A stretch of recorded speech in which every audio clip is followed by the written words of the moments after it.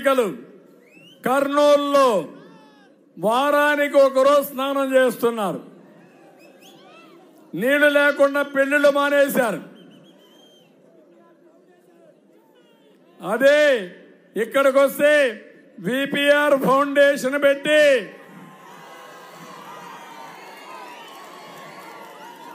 దగ్గర 150 గ్రామాల్లో పెట్టుబడి పెట్టి స్వచ్ఛందంగా మంచినీరు ఇస్తున్నటువంటి వ్యక్తి విపిఆర్.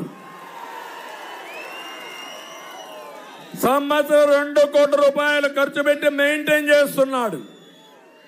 ఒక వింగే పెట్టాడు విపిఆర్. ఈయనకి ఆ A2 ఒక అతను వచ్చాడు, ఇప్పుడు కొత్తగా ఎక్కడి నుంచి ఊడిపడ్డాడు. పాపం నిన్న చూశారు ఆయన బాధ. మైక్ పెట్టుకుని అనౌన్స్ చేస్తున్నారు, మీకు బిర్యానీ పెడుతున్నాం, క్వార్టర్ బాటిల్ ఉంది, ఇక్కడే ఉండండి.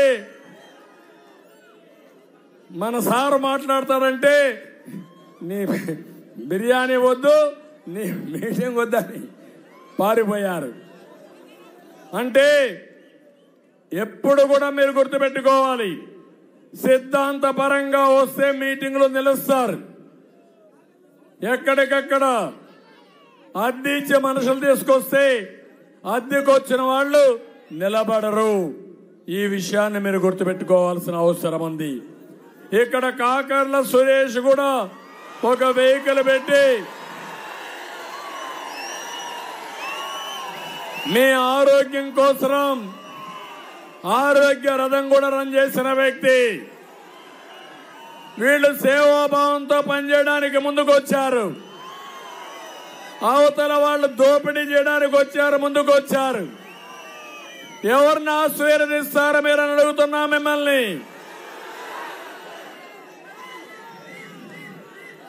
అందుకని నియోజకవర్గంలో ఫ్లోరైడ్ సమస్య తీవ్రంగా ఉంది. అధికారంలోకి వచ్చిన వెంటనే ఇంటింటికి కొళాయి పెట్టిస్తాం. అదే మరి ప్రొటెక్టెడ్ నీరు తీసుకొస్తాం. మీ అందరికీ తాగునీరు ఇచ్చే బాధ్యత మాది. చాలా మంది ఫ్లోరైడ్ ఉండే నీళ్లు తాగి కిడ్నీ సమస్యలు కూడా వచ్చాయి, డయాలసిస్ సమస్యలు కూడా వచ్చాయి. ఇక్కడ వాళ్ళని ఒక విధంగా ఆదుకుంటూనే శాశ్వత పరిష్కారం కోసం పనిచేస్తాం.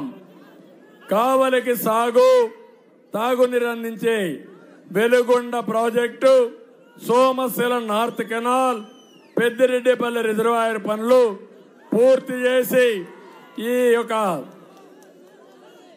ఉదయగిరి నియోజకవర్గాన్ని, ఒక బ్యాక్వర్డ్ ఏరియాని, ఒక బాగా కరువు ఉండే ప్రాంతాన్ని ఆదుకుంటామని చెప్పి కూడా నేను మీకు తెలియజేస్తున్నా. పాలిటెక్నిక్ కాలేజ్ నిర్మాణం పూర్తి చేస్తాం. షాదీ మంజిల్ అభివృద్ధికి నిధులు ఇస్తాం. ఉదయగిరి కోటను పర్యాటక కేంద్రంగా చేస్తాం. వింజమూరు దగ్గర సమ్మర్ స్టోరేజ్ ట్యాంక్ ఏర్పాటు చేస్తాం. బత్తాయి పసుపు రైతులు మద్దతు ధర ఇప్పిస్తాం. ఉదయగిరిలో పరిశ్రమలు కూడా తీసుకొచ్చి మీ జీవితాల్లో మీరు ఉద్యోగాలు కావాలంటే ఇక్కడే చేయడానికి సురేష్ కూడా ముందుకొచ్చాడు. ప్రభాకర్ రెడ్డి గారు కూడా అనుభవం ఉంది. నేను కూడా సహకరిస్తా, చేయడానికి అన్ని విధాలా ముందుకు పోతాం. తమిళలో సమస్యల పరిష్కారం చేస్తాం. రాష్ట్రంలో మేము అధికారంలోకి వస్తే మాకు ఓటేసి రాష్ట్రానికి పెట్టుబడులు వస్తాయి, మీ బిడ్డలకు ఉద్యోగాలు వస్తాయి.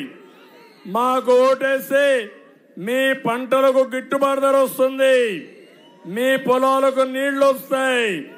మాకు ఓటేసి ప్రతి ఒక్కరికి ఉపాధి దొరుకుతుంది.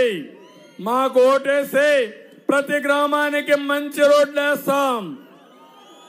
ఊర్లో సిమెంట్ రోడ్లు ఎవరు వేశారని అడుగుతున్నా. ఎవరు వేశారు సిమెంట్ రోడ్లు? ప్రతి ఇంటికి మంచినీళ్లు వస్తాయి. మాకు ఓటేసి ప్రతి మహిళకు భద్రత దొరుకుతుంది, మహిళా సాధికారత వస్తుంది. మాకు ఓటేసి ఉద్యోగ నోటిఫికేషన్లు వస్తాయి, ఉద్యోగులకు సకాలంలో జీతాలు వస్తాయి.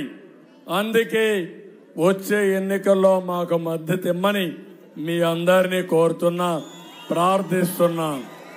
ఓటర్ మహాశయులకు మరొక్కసారి విజ్ఞప్తి, ఇది నా కోసరం కాదు.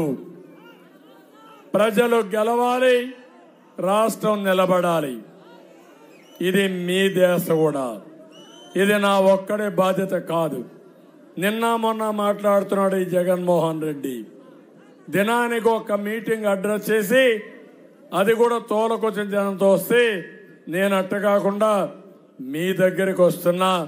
రాబోయే రోజుల్లో 160 మీటింగులు పెట్టి 160 సీట్లు గెలవడమే ధ్యేయంగా ముందుకొచ్చా.